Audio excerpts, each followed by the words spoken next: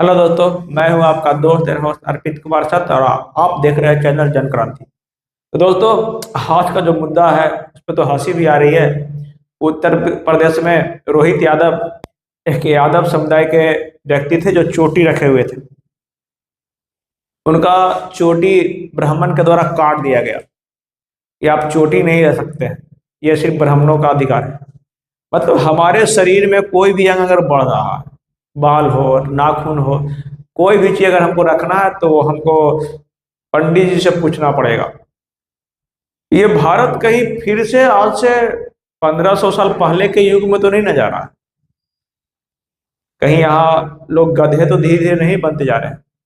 पता नहीं चल रहा है कि ये हवा आखिर कैसे बह रही है।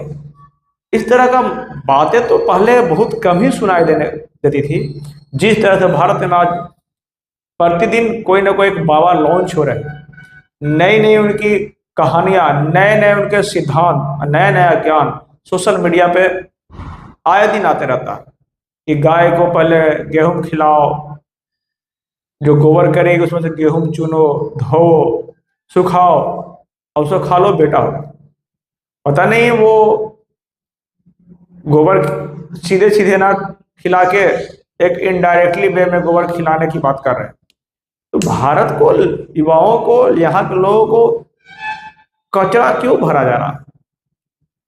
और सरकार भी कुछ नहीं कर रही है, कुछ कर भी नहीं रही है। कहीं दलितों को पीटा जा रहा है कि तुम मंदिर में क्यों प्रवेश कर रहे हो। हम तो कहते हैं दलितों को कि मंदिर में जाना है क्यों? तुम सोचो कि तुम्हारे बाप दादा परदादा सदियों से गुलाम रहे हैं, रोटी नहीं मिला, तो फिर क्यों मंदिर जाना? कौन से भगवान ने तुम्हारा कल्याण कर दिया? तो कोई राम को छोड़ के ईसा मसीह को भजते हैं, कोई ईसा मसीह को छोड़ के अल्लाह को भजने लगते हैं। परिवर्तन तो कुछ होता नहीं है। परिवर्तन तभी होगा जब आप पढ़िएगा, मेहनत कीजिएगा और इन सब चक्रों से दूर हटिएगा। भारत की व्यवस्था इतनी खराब हो चुकी है, फिर से वही जात पात छुआछूत कहीं लौट ना आए, डर लगता है अब भारत में रहने में। अब ये डर लगता है कि हमारा भारत जो सोने के चिड़िया था, हमारा भारत जो पूरे विश्व को नए नए ज्ञान प्रदान किया, बुद्ध, पतंजलि जिन्होंने योग सिखाया, हमारा भारत जिसने काम सूत्र दिया, हमारा भारत जिसने कर्म ज्ञान दिया गीता में, कहीं छुआछूत, जात पात और धर्म के कर्म कांड में ना फंसा रह जाए। हमारे युवक गीता के सिद्धांत को ना अपनाकर जाति पाति में ना फंसे रह जाए। हमारे युवक को चाहिए कि गीता को पढ़े, हमारे युवक को चाहिए गीता पढ़ के उनका विश्लेषण करे, उनके नियम जो अभी सटीक बैठता है उस पर अमल करे। हमारे युवक को चाहिए कृष्ण की तरह बने, हमारे युवक को चाहिए ईसा मसीह की तरह बलिदानी हो, हमारे युवक को चाहिए कि आपके मोहम्मद साहब के जैसा दयावान हो। बाकी अवगुण को छोड़ दिए, हर एक किसी में ना कुछ अवगुण होता है।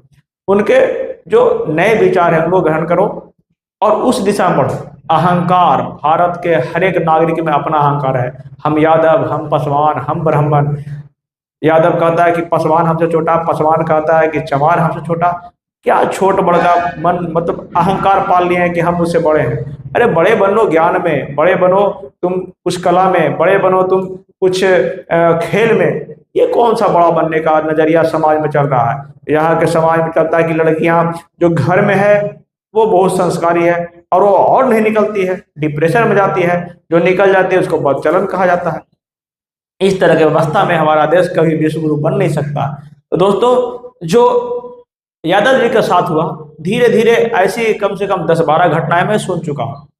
तो कहीं हर गांव अब मोहल्ला में नया घटना घटने लगे।